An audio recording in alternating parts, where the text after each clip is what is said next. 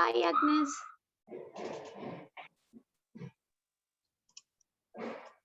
Hi, Alejandra. How are you? Doing good. How are you?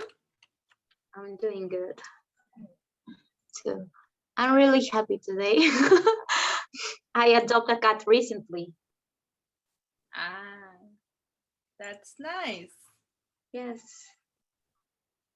But it's like a baby. He cries. How old is? Yeah.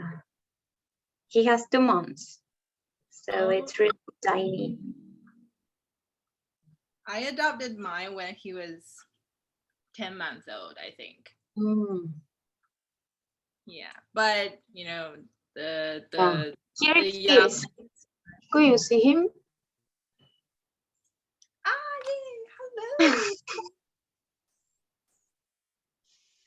He looks It's so really small. tiny. Yes, it's really small. And he follows me everywhere. Oh, then you need to train Yes. him a little bit.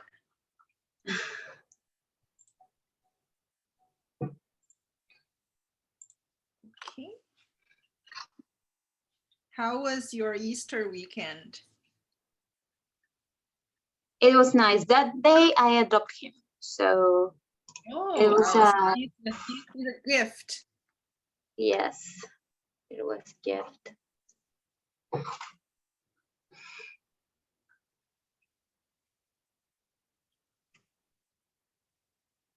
I have another 2 cats, but they live with my parents. Ah, yeah, I think it's nice to have a pet during pandemic. Yes, I agree.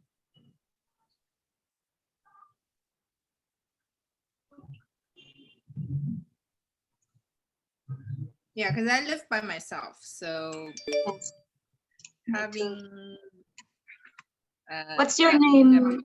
What's the name of your cat? his name is Joey. That's given to him by his foster mom. Mm.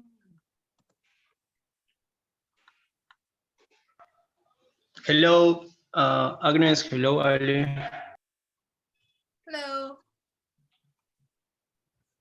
Hi Agnes, hi Male, hi Laren, Hi, Aaron. everyone else. Hello, everyone.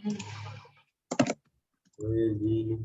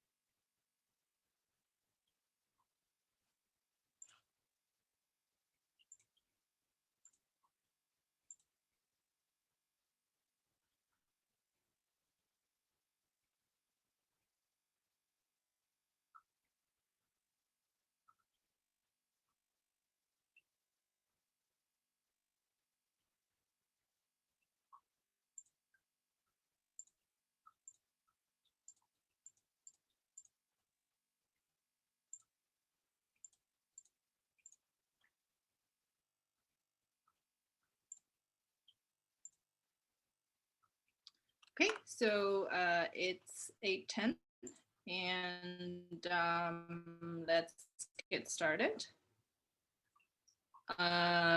Okay, so as of this week, we are moving into Unit 4, which talks about mainly on the topic of unsupervised learning. So recall that in Unit 1, we learned classification, a part of supervised learning. We learned nonlinear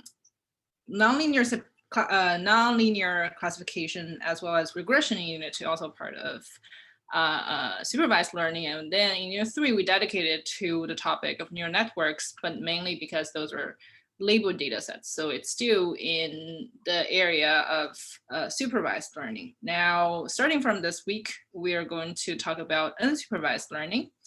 And unsupervised learning, as you probably can tell from its name, it's not supervised, meaning when you're given a data set, you don't have any label for that. And here you see we're having this notation that says x1, x2, xn. And a compact way of writing this is just we have xi, right? And xi is in some higher dimension, and we have I is equal to, and that is different than before we have seen for supervised learning, where we also have the label y here in the data set, if that's supervised learning. So, so what can we do with unsupervised learning? We no longer have the labels that will tell us what the response or what values this data point, what class this data point should belong to, or what value this point should give us. It actually becomes the situation where we learn the underlying structure of these data points. So here I give several examples. First is what type of X is, right? In supervised learning, we usually say what classes they're in, but now we don't have a designated class, a predetermined notion of class. We just have this rough idea of what different types of the data points that can be, or things like if it's not hard clustering, meaning it does not necessarily 100% belong to a particular class. We talk about what's the probability that xi is of a certain type. So that is something called soft clustering, that we allow it to be sometimes, like say 90% belong to this class and 10% belong to some other class.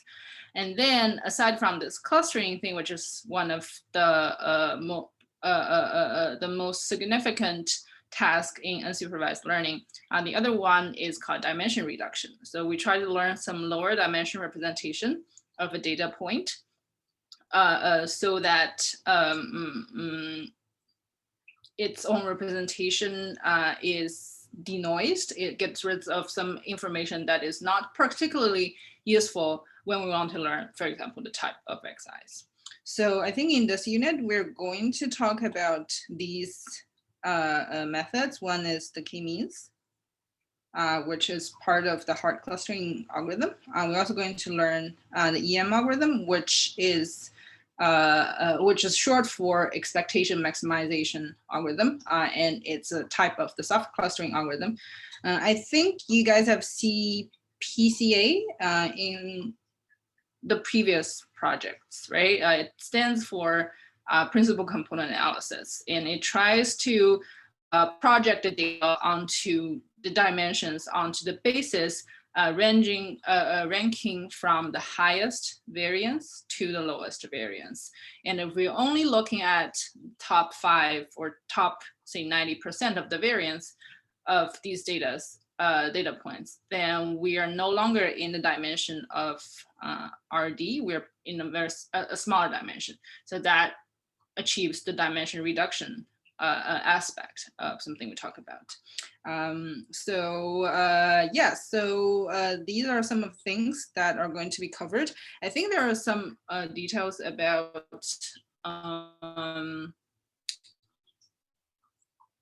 posterior prior distribution and MOE maximizations.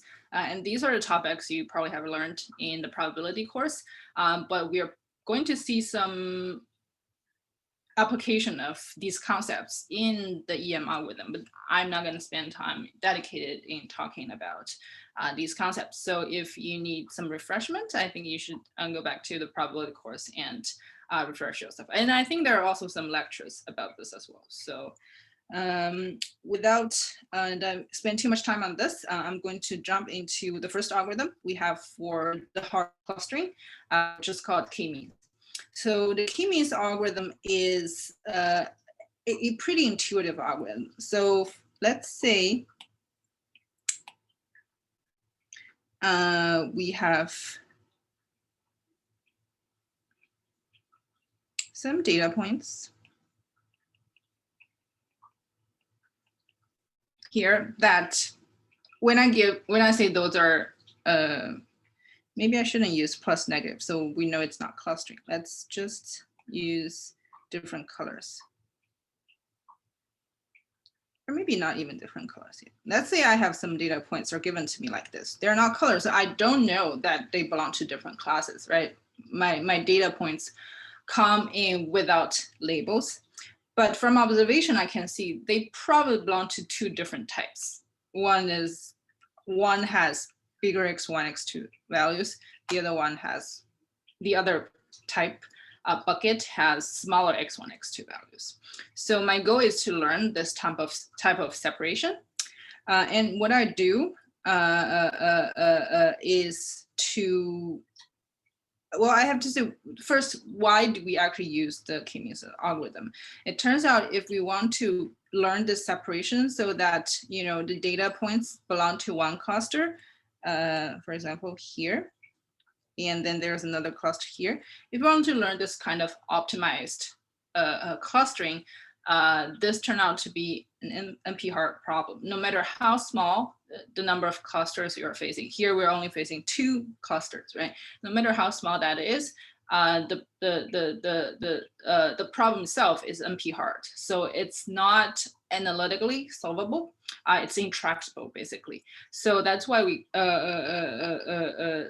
researchers, when they observe the obstacle as well observe what we can do with this iterative method that we're going to describe in a moment, they figure that this algorithm will give you a feasible solution that can solve this problem. And what does this algorithm exactly do? It says, okay, I would initialize some of the centers of the clusters of, you know, these different types. It's just a random initialization. It can be anywhere. It can be, say, for example, here and here, for example, maybe. It assumes no knowledge of the data itself at all. Then let's look at the 2 steps of this. I think in lectures, the professor calls it 2A and 2B, right? So this is 2A, this is 2B. So for A, what it says I would need to find a set S, and this S includes all the data points XP, such that if the distance between XP and the center MI is the center, right? It's the initialization of the centers. So these are the centers. Is smaller or equal to all the other, to the distance between X and all the other centers, then I will put X in the set I. Okay, so I here corresponds to I here. And what essentially this is saying, okay, I look at the distance between all the points here, right? I look at the distance between this point and the center M1 and the center M2. And if its distance between the distance between the data point and M1 is smaller than the distance between this point and M2, then I put it in the set of S1, right? I'm looking at M1, so this is S1. And this is essentially doing, it calculates the distance between all points and all centers, and it says, I will going to assign my data point to the cluster I if it has the smallest distance. And that M1 actually stands for that cluster. It's called the center of that cluster. So in this example we're seeing here, it says, I can calculate the distance between all these points here. Maybe it looks like, let's say I have another point, let's say maybe here, which also belongs to this class, this cluster. Now, after the first update, I would say, maybe let's do this. I would say all of this is belonging to cluster 1, and all of this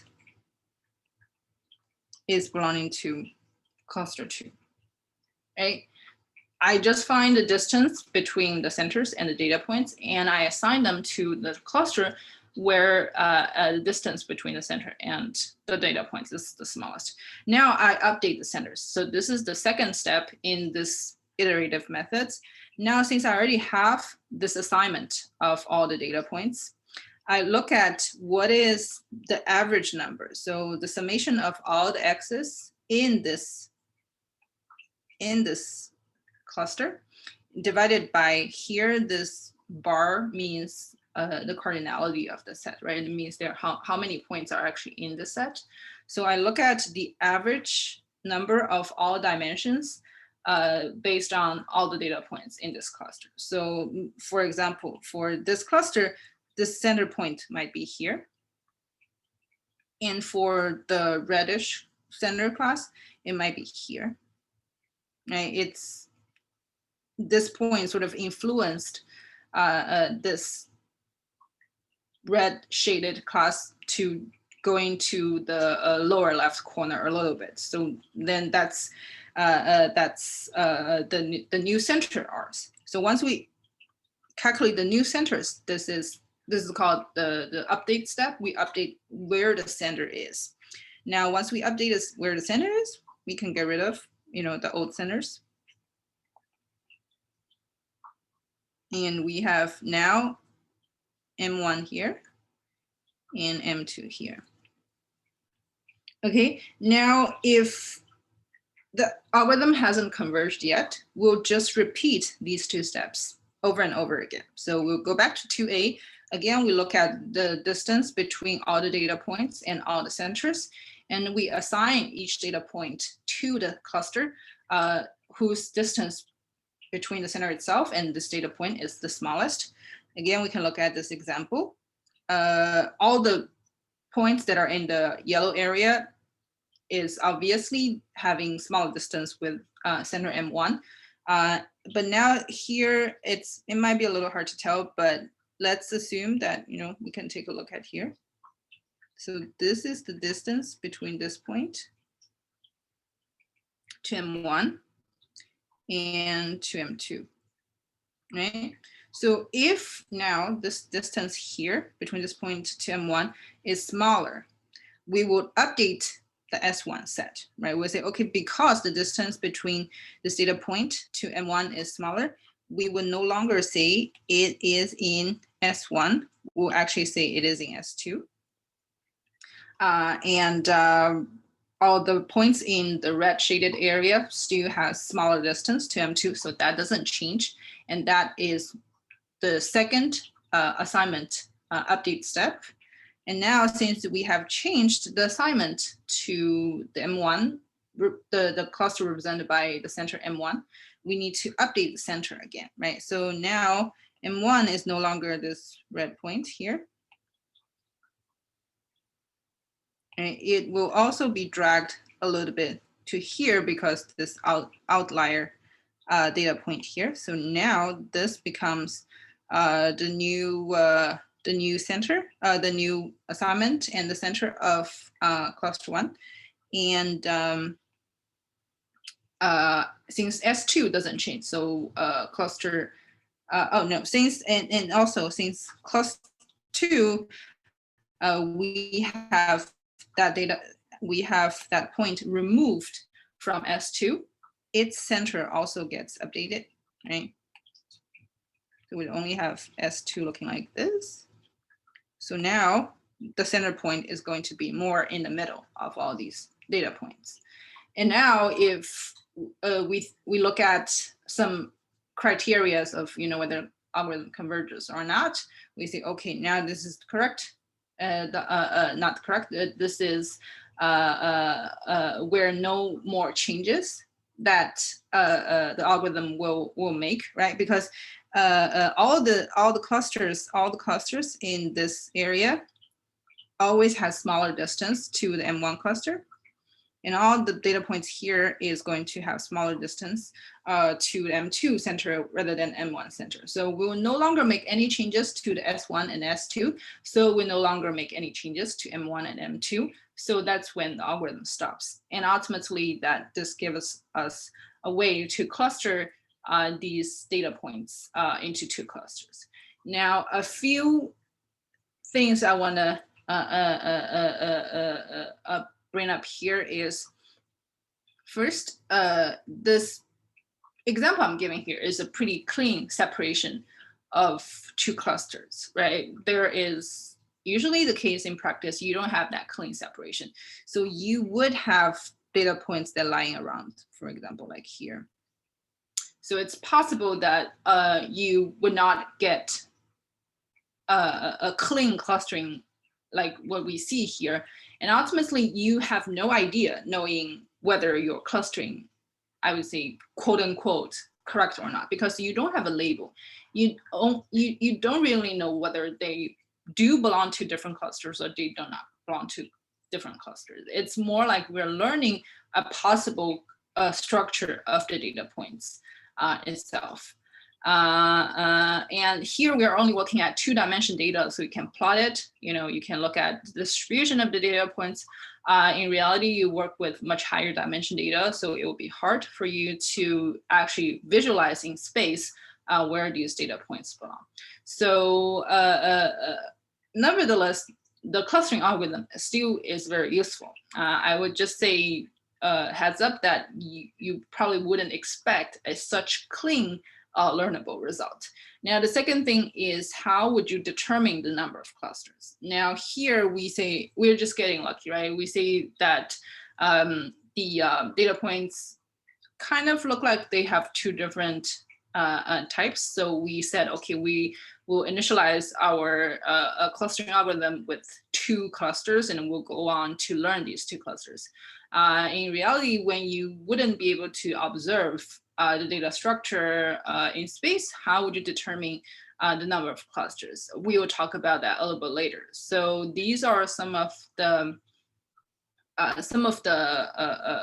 things that is not, I would say, is not obvious to you. There are certain tools, there are certain analysis you need to do to really have the clustering algorithm return you a good result. But aside from that, I want to ask whether everyone is clear how the algorithm actually works. And if it's not clear, it's a good time for you to ask some questions.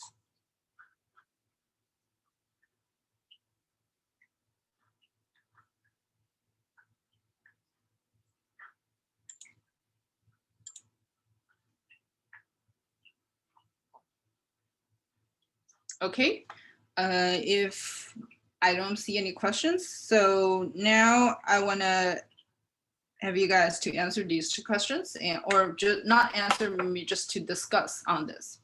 Does the outcome of our separation, or whatever the output of the K-means algorithm gives us, would that depend on initial assignment? Why or why not? And do you think that the algorithm will converge eventually? And if it converges, what can we say about the result?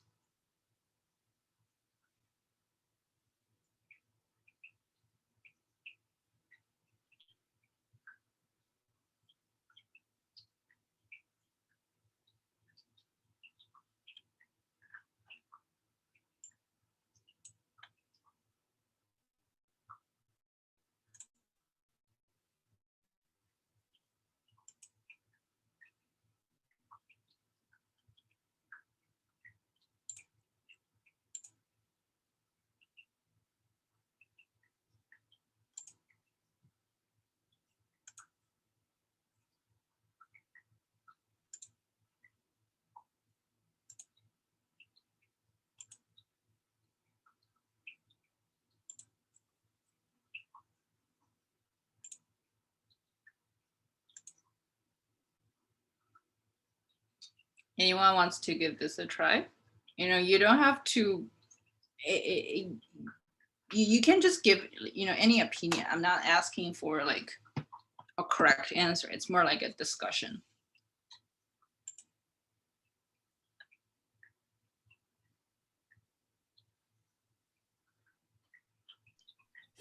Hello. Hi, Agnes. I think it does depend on the initial assignment or in the initial weight, Mm-hmm. because I related to like the kernels where when you put the same weights, the same initial weights were no the kernels, it wasn't the kernels, the convolutionals. When you put the same initial weights, that it gave you like a linear representation because it didn't have the ability to change after the initial weight. I don't know. So that's where my answer comes from. Okay, so I guess I didn't really get the linear part, but your intuition basically tells you that it depends on initial assignment, right? Yeah. Okay. Do we have any other thoughts? Hi. For me, I think it's also yes for both questions, but it's more intuitively because I am trying to apply the same concepts of perceptron in there. When you initially you take different values as the initial point, you get different results in the value of theta. So for that reason, intuitively, I can say that the answer here is yes as well. Yeah, I think that's great. You know, you've tried it, you know, and by observation, it tells me, okay, when I try it with different, when I try it on the data set, it gives me different results every time. So that tells me, yeah, I think that's a great answer. You know, it's okay if you don't have, you know, the correct or, you know, the most theoretical derivation of stuff. And then, you know, as long as you observe something like that, I think that's great. So let's first talk about the first question. Okay, does the outcome depend on the initial assignment? And I do see in the lecture, even if you haven't watched that, that's okay. For the first question, I think Professor gives a pretty good example of how you can think of you know, visualize how the initialization can give you a different result. So the example she gives looks like this. So if I have in a space a data points, you know, I have several data points here, and I have some data points here, and I have some data points here. Now let's say between these balls of clusters, the distance are more like B. So these are large, they're pretty far apart. And within the cluster, you know, these pairwise distances are more like delta. So we have delta is much smaller than B, right? So if I'm being really lucky and I say, okay, my M1, let's say if I'm lucky, I know that I should set K equal to 3. And I say, okay, if my center is here, here, right? Then naturally, these clusters will be, these points will be assigned to their corresponding cluster S1, S2, and 3, and everything is pretty good. Now imagine that my random initialization doesn't really look like this. It actually looks like this. So I have a data M1 here, and I have M2 here, and I have M3 here. That's totally possible as well. And then what happens next? In the assignment step, we look at the distance between the centers and the data points. So for any points that are in this area, we would want to assign them to S1, right? Because this distance between these points to M1 is roughly B over 2. And for the clusters, for the data points in this area, we're probably also going to assign it to M1 because the distance between these points and M1 is also roughly B over 2. But the distance between these points to M2 and M3 are roughly B, right? So it's a bigger distance there. And then for the data points in this area, it's likely going to be half to M2, half to M3, depending on their relative distance between the data points in M2 and M3. And once we finish this assignment step, we go to the update step. What the update step do? It looks at the average value of all the dimensions of all the data points. Now, because we have data points here in this region, and we have data points here in this region, if they're of the similar number of data points, then M1 is not going to move, right? It's going to stay sort of still in the middle, and we are not assigning any new data points from other areas to S1.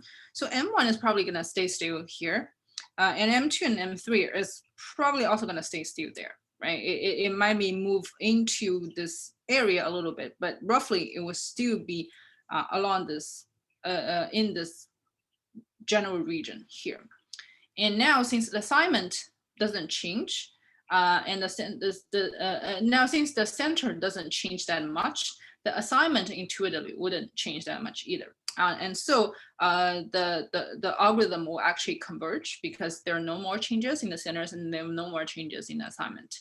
Then ultimately, the cluster we learn would sort of look like this, right? Let's say these are one cluster, and this is another cluster, and this is another cluster. So it turned out that this would not be a very good result for us if we were able to visualize the distribution of the data in the space.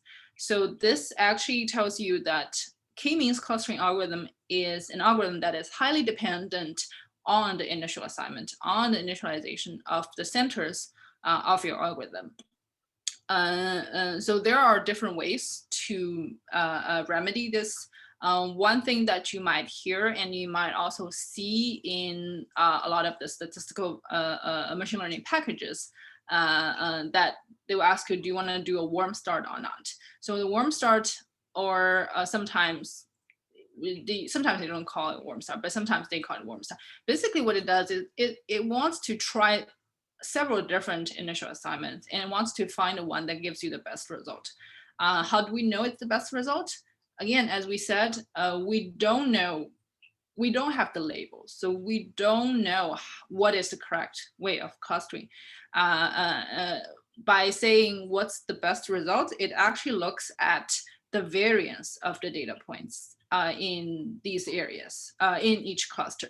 So if we have an assignment that looks like this, of what we see here, right?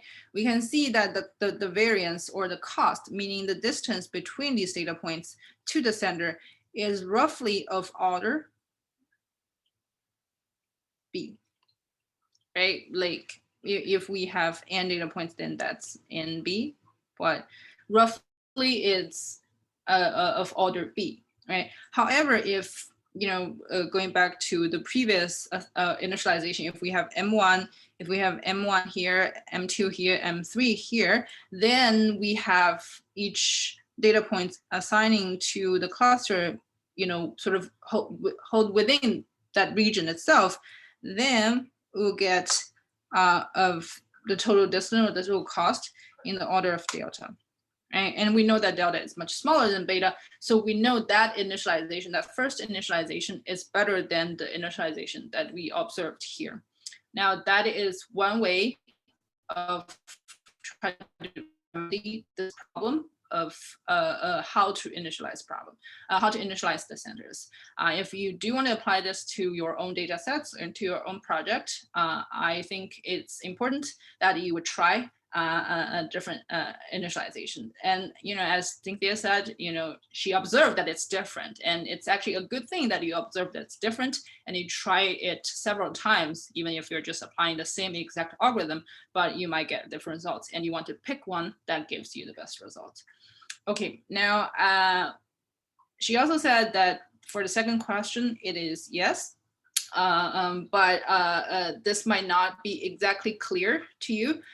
So I'm going to talk a little bit deep into this question as well. So let's go back to the algorithm itself. So the conclusion I can give you first is the algorithm will converge, but whether it will converge to the global optimal, meaning it will give you the best assignment or not, that's not guaranteed. It will guarantee to converge, meaning it will stop somewhere, given as long as there are no ties.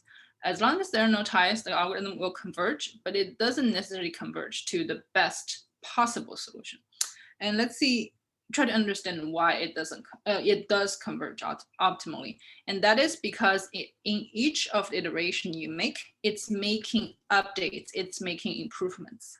Again, we talk about the total, one thing I should have mentioned, we talk about how to solve this problem. And what the actual the learning objective we actually want to solve is to minimize the total cost of I and Sj, for I in Sj, the distance between Xi and the center of the cluster J, right? And we're using Euclidean distance here. So we want to minimize this assignment for all the Sjs, such that the distance between a data point and to its assigned cluster center is minimized. Now, at each of this step, when we say, okay, I'm at the cluster assignment step, I'm assigning X, a particular data point X, to its closest cluster center. That is I'm reducing this quantity, right? This actually reducing this quantity here, because if initially Xi is in cluster J, now I find a cluster I that its distance is smaller, then this difference, this Euclidean distance is decreased compared to the previous assignments. So for each of the action we take in the cluster assignments, we are reducing the value in this objective function. Now, when we update the cluster centers, it's also the same, right? Initially, this center could be somewhere, as we see before in this example. Initially, when M is here, then the total distance summed up is a lot larger compared to if I have the center that is here, right? The center is the average of all the data points in this cluster. So both the assignment step and both the recenter update step are both reducing these values we see here on the in the learning objective. So eventually, because it's a positive, it's a non-negative number. So if you keep reducing it, ultimately, if there is an extreme case that the center is the data point itself, then this value will achieve 0.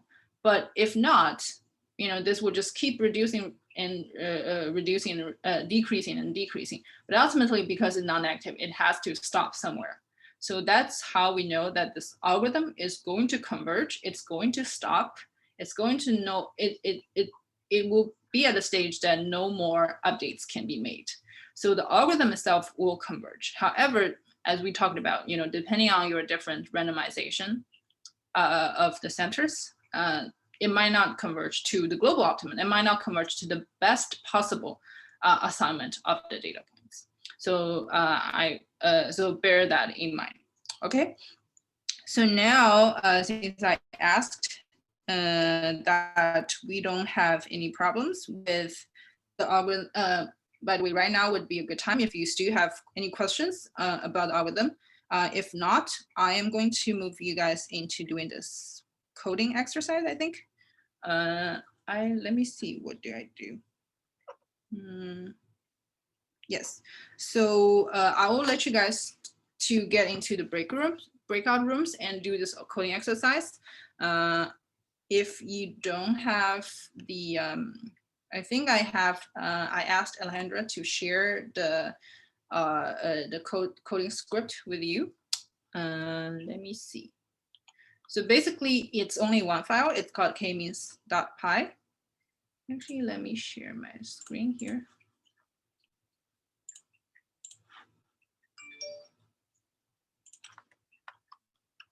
Okay, so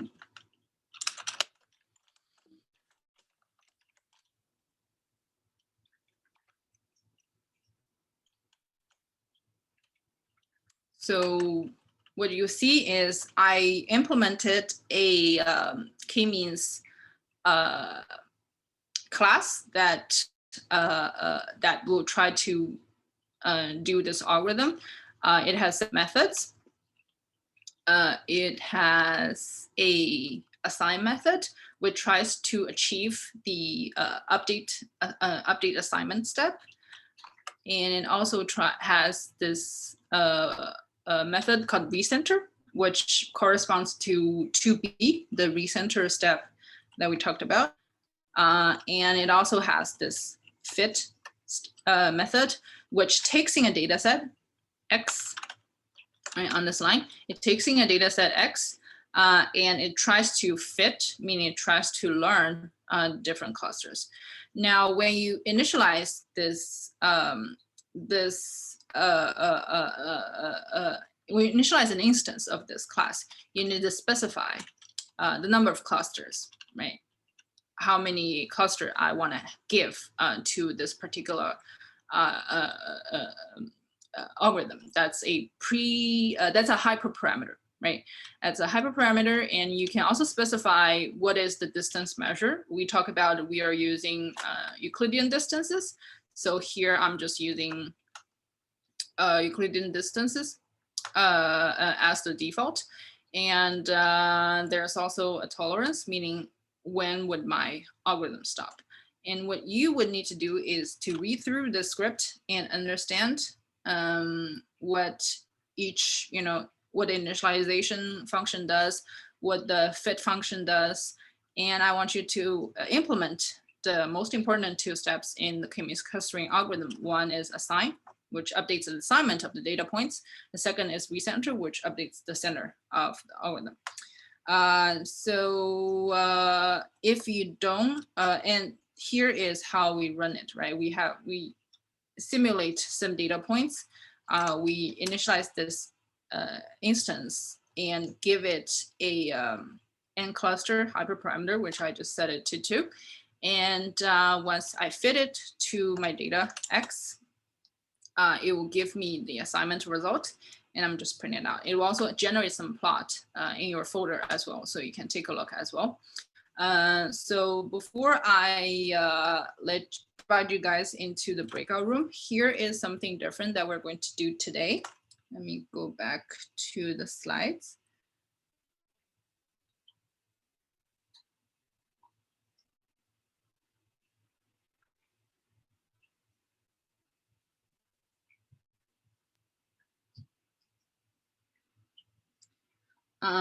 So as you can see here, I am going to have a one-on-one chat with all of you. I will move you from the breakout room to a private room with me, and we're going to talk about, how you think of the course. If you're facing some difficulties, if you don't like the idea of breakout room discussions and all that. It's gonna be very quick. It's gonna be stressful, hopefully. What I'm going to do is to have you guys enter the breakout room, and at some moment when you're working on the coding problem, I'm going to move you out and move you into another room, and then we'll chat on that. Okay. So if right now, if you have anything that you think you want to talk to me, you can think about this really quick. But each of you has about 60 to 90 seconds to express your concerns. Okay, so let me try to open up the breakout rooms for you guys.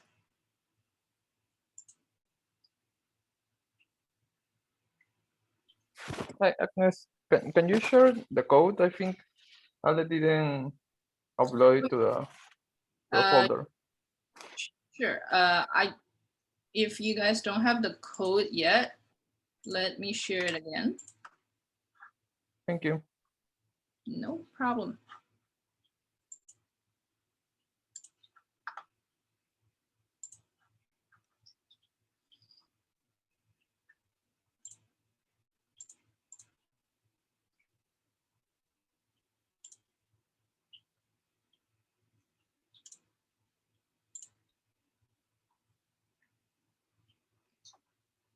Okay, I just shared it in the folder.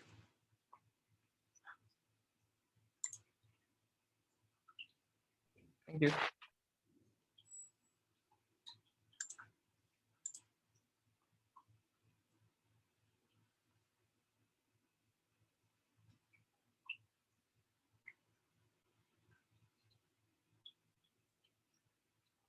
Okay, let me see.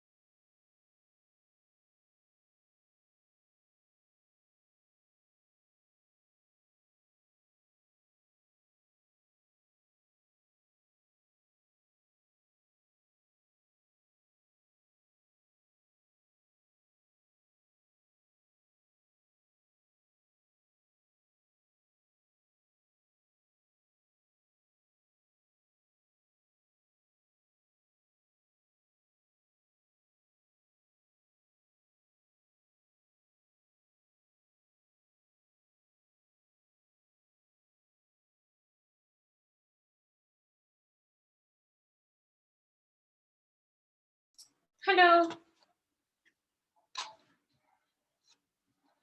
Agnes? Hello. I don't hear anything. Even though it looks like you're speaking.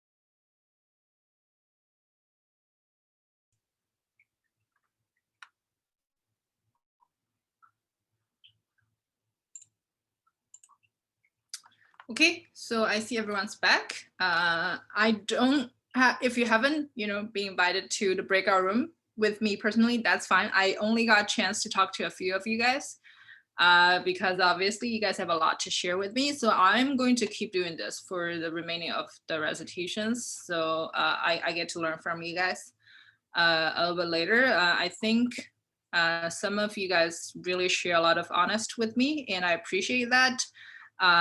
Again, I want to briefly say some of the takeaways is that I would like you guys to turn on the camera and participate in the class, not in that I want to judge you guys or want to evaluate you guys. It's more like an opportunity for me to learn about where you are in the class, what you understand and what you do not understand, so that I can plan my materials accordingly.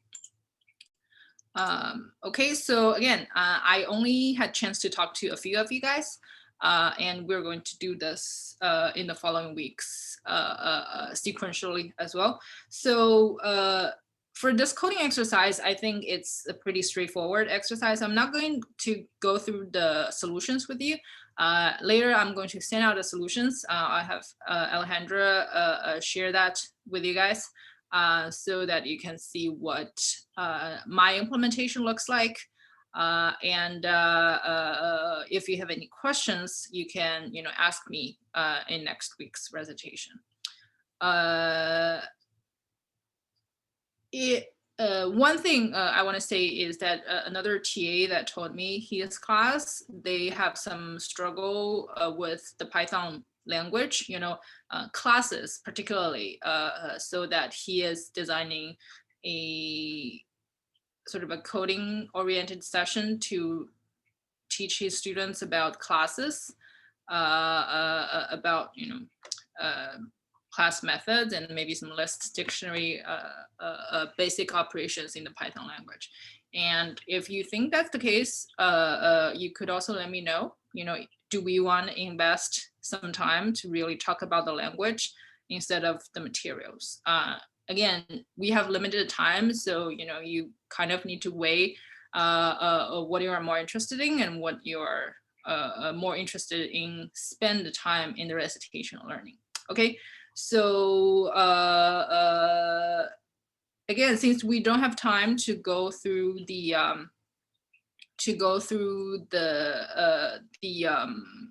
answers in the coding exercise, I'm going to leave questions and answers for next week on this particular problem. And for now, we'll move on to the next topic, which is medoids and medians, the difference between the two algorithms. So we have seen the k-median algorithm, and here we are introducing a variant of the k, well, actually it's called k-medians, but no, actually it's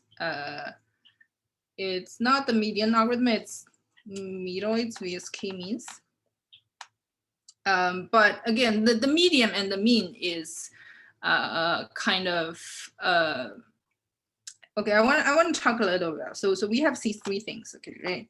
We have the k-means algorithm.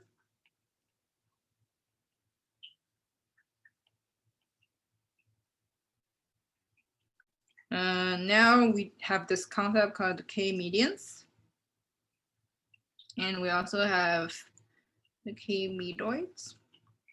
So the difference between these are k-means.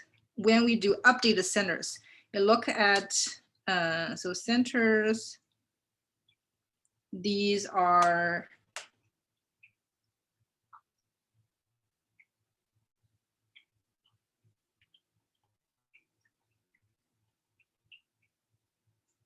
right. You look at the average value of all the data points that is within this cluster. Now the medians, the only thing that differs from medians and means is the distance measure. So in k-means, we used the Euclidean distance, right? We used the Euclidean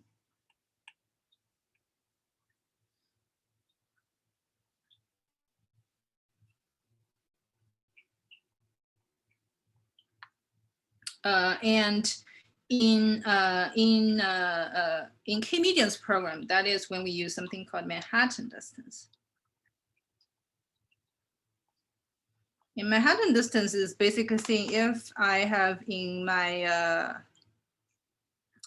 coordinate, I have a point here and I have a point here, then its distance is the horizontal difference in absolute values plus the vertical value in absolute values. So this is the Manhattan distance. Say if let's say this is 0.11, this is 0.31, this is 0.42, then the Manhattan distance between 0.11 and 42 is 2 plus 1 is 3, while the Euclidean distance between the two is this, right? It's the it's 4 minus 1 square, so 3 plus 1, so it's square root of 10.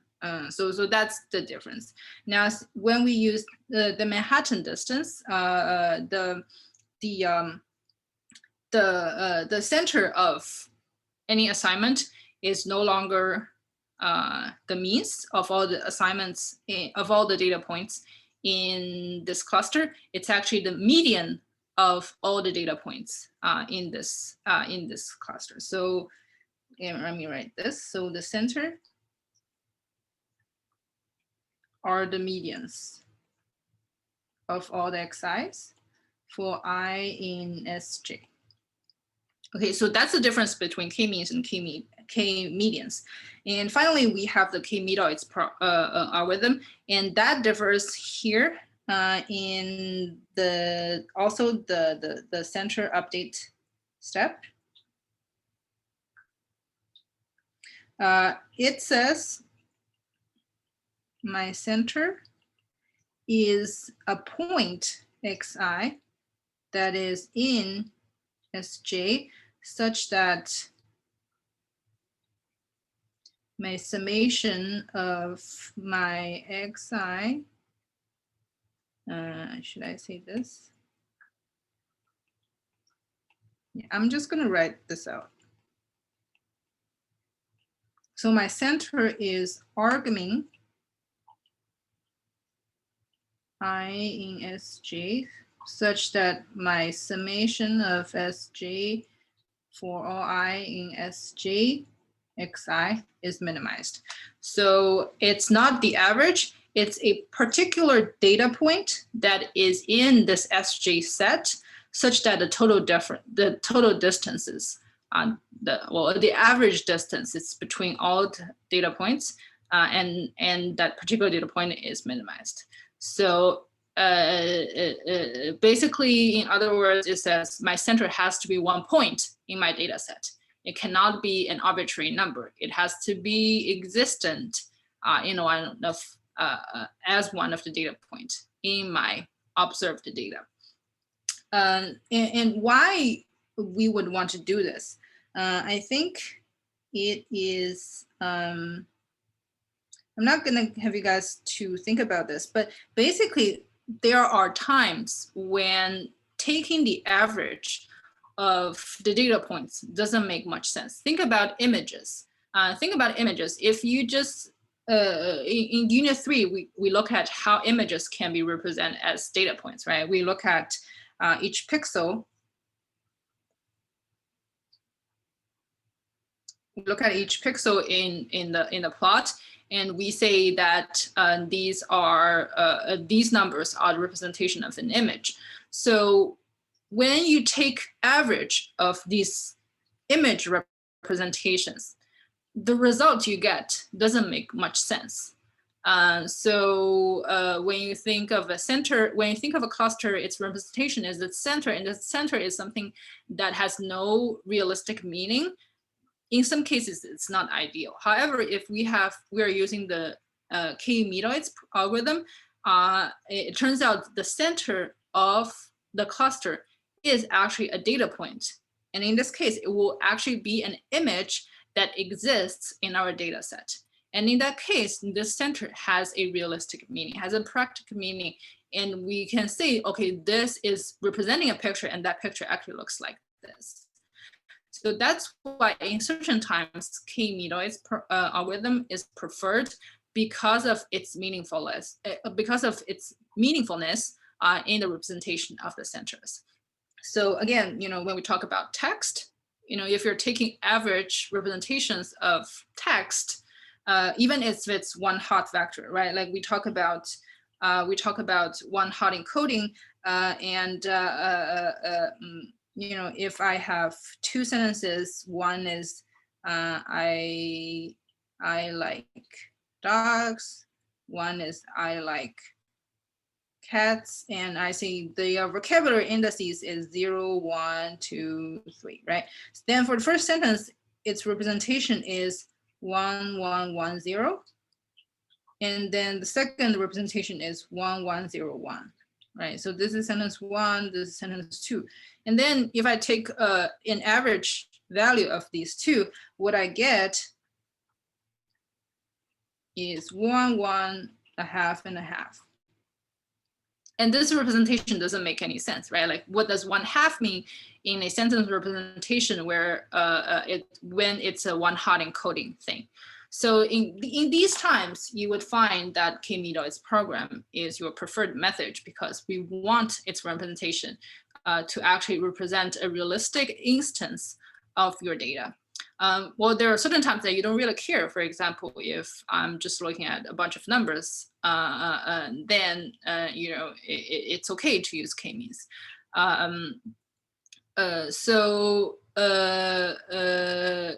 That's why people design these variants, as we talked about, the k-means, the k-means, the k-medians, and the k-medoids. Now, one thing I want to talk about is, if we always think k-medoids give us a meaningful representation for the data object, why do we not always use the k-medoids algorithm, right? It always gives us a meaningful representation center. It has similar algorithm patterns, update centers, update assignments. That's all exactly the same. It's the only difference that when we look into the center update steps, say, okay, k-medoids has to choose a point that gives us the center has to be in one of the data points. While k-medians, k-means, it just calculates the median. And the reason to that is really related to the complexity of the algorithm. So here, if you haven't looked into the videos, that's totally fine. Just look at the algorithm, look at your handout, look at the algorithms. What you think would be the complexity of these two algorithms. So, you can look back, or I will just remind you guys here, right? For k-means, the center update algorithm tries to calculate for each k, for each class, my center of that class is equal to all the data points, the number of data points in that class, right? And for all the data points that is assigned to this class, its average value, right? And for k-medoids, it says for each k, I want my mk is equal to argmin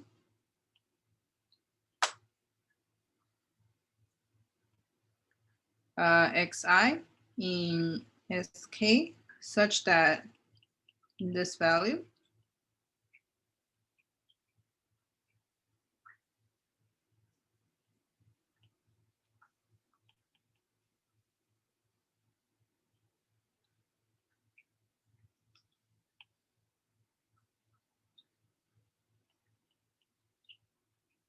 That's right. Okay. So that reminds me of, this is actually a mistake that I'm making here. Right, this is saying that I want to find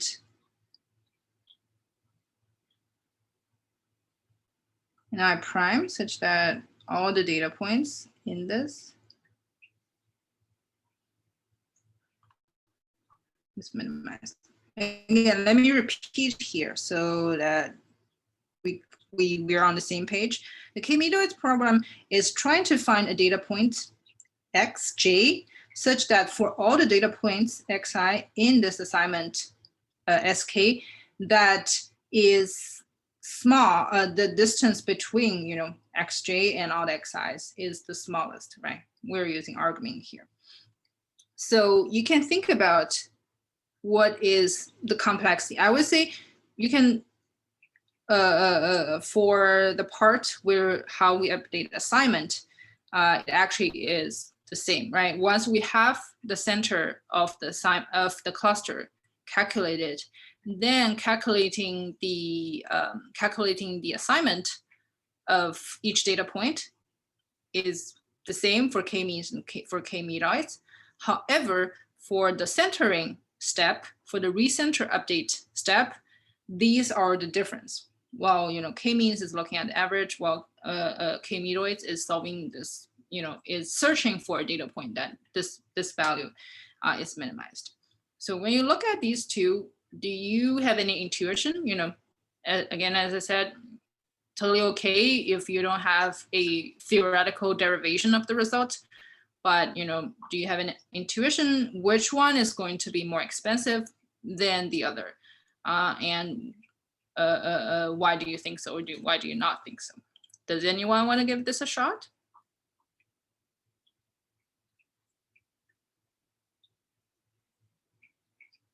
Again, when we talk about runtime, we're always using this big O notation. And the big O notation just saying that the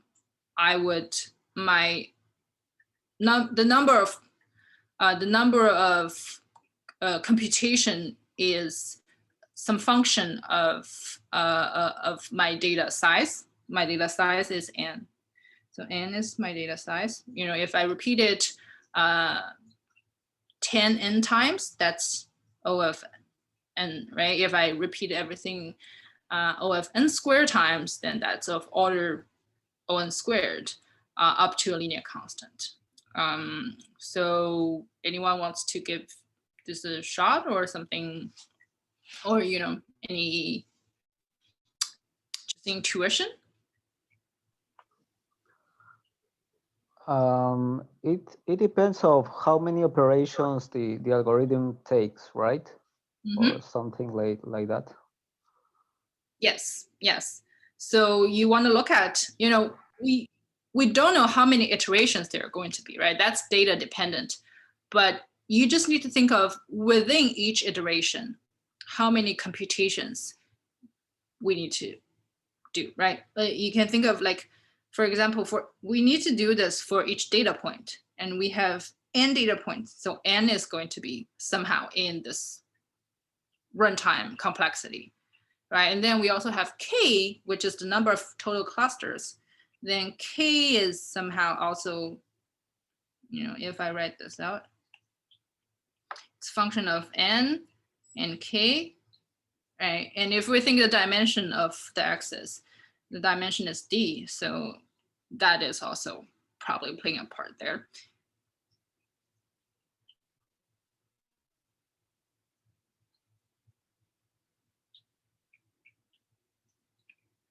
Okay, how about we do this? I am going to walk you through the complexity of the k-means algorithm and maybe follow the same logic. we can see if anyone can think about what might that be for the k-meanoids program. Okay, so again, for the k-means algorithm, remember we do for each of the data points once. Okay, so we have an we have Sebastian sharing his answer. And do you want to explain why you think so? Yes. In the complexity of algorithm depends on the operation that is part of the algorithm. During the explanation of the k-means, there is two principal operations. The assignment of the cluster that is in base of the L2 norm, and the update of the recenter. So I think that the complexity of the fair operation is k times nd to the square, because k is the number of the center. So we iterate over the centers, and n by d because n is the number of the point that we operate and depends on the dimension of that point. And because there is a L norm, is to the square, and then another part is to the average for obtain the recenter. And it depends on all the arguments, the dimension, the number of points, and the cluster. What I don't get is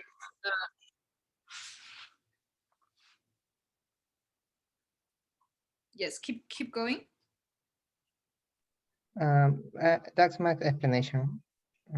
So I think what I don't get, like I think for the case, and I think you're on the right track, but the thing I don't get is where does the square term coming from? Because during the assignment of the center for every data point, there is a square operation, because the L norm to determine the distance between a point and the center is the Euclidean norm, is the Euclidean distance. And the Euclidean distance is basically a difference to the square. Right. So the Euclidean calculates the square between the 2 points, right? But it's not. So it's doing a square operation, but itself is not the complexity of it. It's not squared, right? So if anything is, you can think of a loop.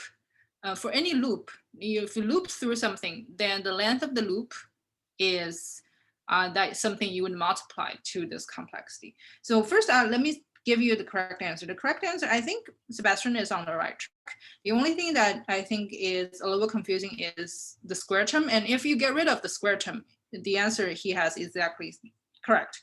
So the answer to k-means algorithm, it is k n times d.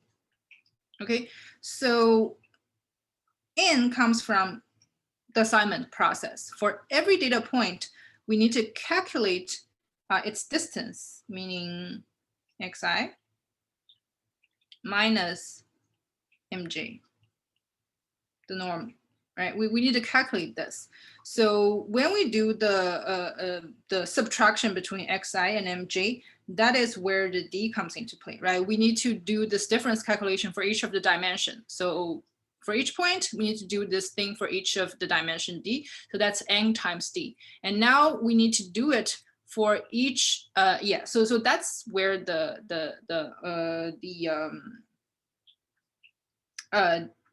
that's for each of the cluster. We need to calculate the distance between xi and mj. And then we need to repeat it for all the classes, right? So that's where the k comes into play. So here again, we are taking the square term here, but the operation itself is a constant square, is a constant operation. So that's why we don't have the square in the big O notation. It's saying that for each of the xi, I do this minus operation, and that's d complexity, and I repeat it for each of the data, so that's n times d. And then again, I repeat this each data point to each of the cluster centers, which has a total number of k, is a total number of k. So we have k times n times d. So that is the complexity of the k-means algorithm. Again, the square term is just a constant operation, so it does not enter into the complexity measure. When would square enter the complexity measure? That is something we'll see for the k-medoids algorithm. So for the Simon thing, it's the same, right? We know that it's the same. We need to calculate, once we determine the centers, we need to have k and d, right? For assigning each data point to the correct cluster. But at the recenter process for k-medoids program, we need to look at the distance between xi and xj for all the xj's, for all the possible data points in this cluster. Namely, we want to calculate the pairwise distance between all these data points.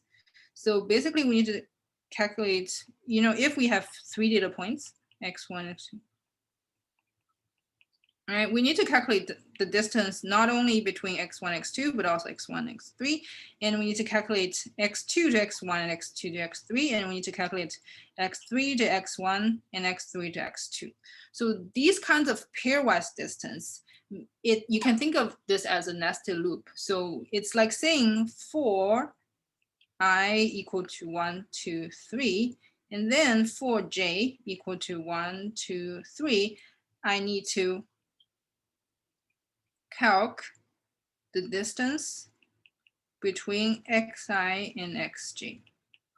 So you have the algorithm that loops through the data points in a nested way, such that in each of the loop, I need to go through the data points n times. And that is when this square term comes into play, right? I'm not only looping through all my data points once. It's like for every data point, I need to loop it. I need to loop through all the other data points once. So that's how a square term would enter the big O notation. And again, we need to do it for all the dimensions. So that's d, right? And now since this value is dominated by this value, so this is just equal to OKN squared d. Okay, so we see that the k-medoids program algorithm, even though it has much nicer property than the k-means algorithm or the k-medians algorithm, because its center actually makes sense, its center is meaningful, but it's a lot more expensive than the k-means algorithm. Namely that it has an n square term here in a complexity measure, versus k-means only has n, linear in n. So that's why you don't really see people use k-mediads program algorithm in, I would say, in practice. Usually anything that has n square involved will become very, very slow if your data size is big, right? If you have 10,000, if you have 1,000 data sets, suddenly this algorithm's complexity will become 1 million. And that is of, a huge magnitude increase in terms of the runtime of the algorithm. And for any of, one thing that we didn't have time to talk about, for SGD, for SVM, and these are, yes. This complexity is of each update of the weights. It's of one iteration. Okay. If the general complexity of the k-means, because it converges in the time. What is the general complexity? Yes, it's the general complexity. It's for each, so it means for each iteration, I need to do these many operations. And because, all these algorithms will converge, so you would definitely have a limited number of operations. This complexity of n measure, a big O notation measure, is just saying for each iteration, my operation is about in linear of k and d for k means. Does that make sense? Yes, but there is a number of limit of iterations. Yes. So, because we don't know the number of iterations, right? If we know the number of iterations, let's say it takes a total of big M iterations, then the total, I wouldn't say, because the big O notation is sort of like an upper limit of the algorithm. So it's not like an exact measure after all. But if you have M iterations, then you could say, my total complexity is probably M times O, K, and D. Just because I repeat this thing for M times. And of course, you can have M entering this. But since no one knows the number of iterations that it would take, so usually we don't have that inside the big O notation because it's an uncertain number, while K and D are numbers that you already know about. So in order to give it a fair comparison, we only compare one iteration at a time, right? Even for the K-medoids program, we are also, so for this is only one iteration. So both of these are just one iteration complexity. I'm not sure if I get to your point. If not, do you want to ask again what your question is? Yes, thank you. Okay, yeah, if it's not so clear. So I think I understand, if you haven't learned about big O notation before, this could be a little bit difficult. I would suggest you guys to, read slightly about the big O notation. It's not the biggest problem if you don't understand it. It's more like to provide you an understanding why we don't use K-medoids program in practice. If you want to understand, exactly, how these things are derived, you can read a little bit more about the big O notation. But if not, it's not the biggest problem. But again, the takeaway by this is that K-medoids program algorithm is much more expensive than the K-means algorithm. So in practice, you hardly see people using the K-medoids program.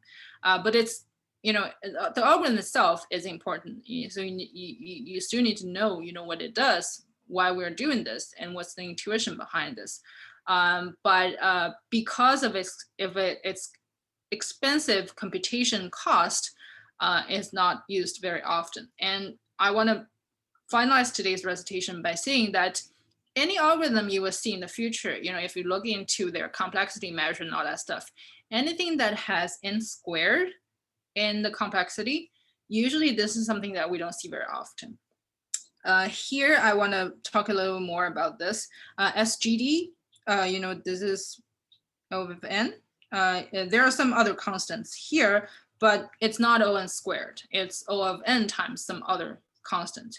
For SVM, if you work on the project, if you see some of the discussion forums, you will see people asking about, they are not able to use the kernel metric for SVM because there are memory issues, because you need to calculate and recall, for SVM, we talk about kx x prime, right? That is equal to the inner product of some map with phi of x and x prime, right? Again, you might see, the similarity here. For the kernel matrix, it's also a distance.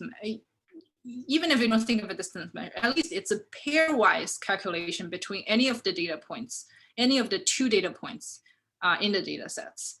So as soon as you see this pairwise operation, here it's the kernel, here we talk about is the pairwise distance. As long as this pairwise idea comes into play, you know that this is going to be O of n squared or something.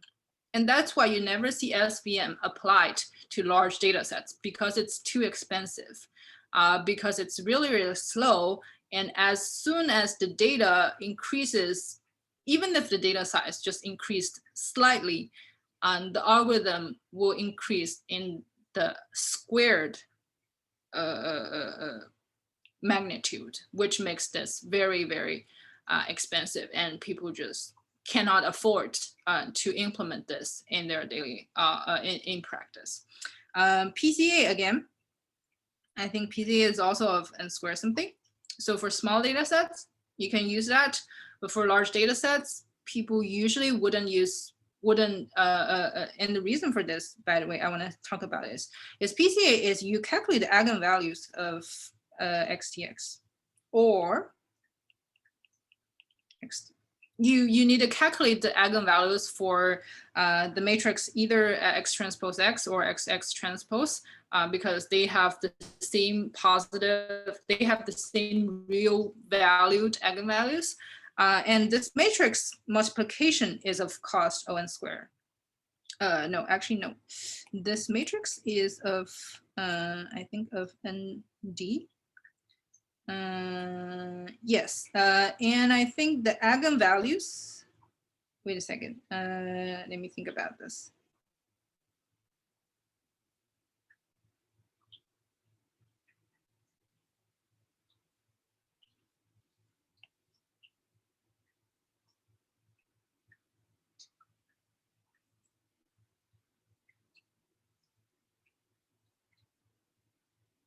Oh, okay. So yeah, so this is ND.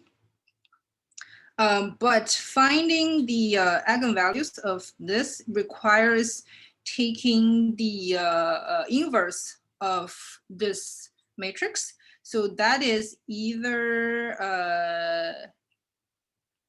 so that is, I think, is either n squared or d squared, depending on whether n is larger or d is larger. And then that has some additional constant, I think. I will need to look for exact terms. But anyway, the point I want to bring up here is you would never escape from PCA in the with the square term here. So overall, this is going to be an expensive algorithm because if the data size increases, or if the dimension of the data increases, then this algorithm becomes very, very expensive. So, okay, you might ask why, all the things we have learned here are not practical in reality. Why do we ever learn this? They have a lot of their own good theoretical results. And I think a lot of the theoretical people, well, they work on to derive these theoretical results, but on the other hand, a lot of the better empirical algorithms are derived from insights of these algorithms as well. So it's really important that we still understand these algorithms, though nowadays, with the data size getting bigger and bigger, we don't usually use SVM and PCA anymore. For PCA doing dimension reduction, people usually go to, nowadays, if you're interested, people looking at learning lower level embeddings. I think we learned a little about this in Unit 3. So it's like learning a vector representation of the data points is over lower dimension. It's just not learned from projection onto eigenvalue related basis. It's another way of learning the reduced dimension. But overall, I want to say, I think the takeaway point here is that when you learn new algorithm, you should probably look into the complexity of that. And if you see something that has a square term involved, then you would expect, if you really run that algorithm, it might take you a long time. And if there are better alternatives, you could seek better alternatives. So that it won't take you forever to finish the training process. Okay, so again, I'm going to stop here. Next week, we're going to start talking about soft assignment, which is basically the EM algorithm and mixed Gaussian and all that stuff. Again, I will also go over the solutions with the coding problem, not go over that, but if you have questions regarding the solutions, be prepared to ask. Other than that, I think I'm all good for today. Yeah, so you are free to go. If you have additional questions, you're welcome to stay. But other than that, I think everything's wrapped up, and have a good night. Thank you. Bye. Thank you, Agnes. Thanks, guys. Thank you, Agnes. Thank you, you, Agnes. Agnes. Good night. Thank you, Agnes. Have a fun weekend. Yeah, thanks, guys. Goodbye, Agnes. Bye.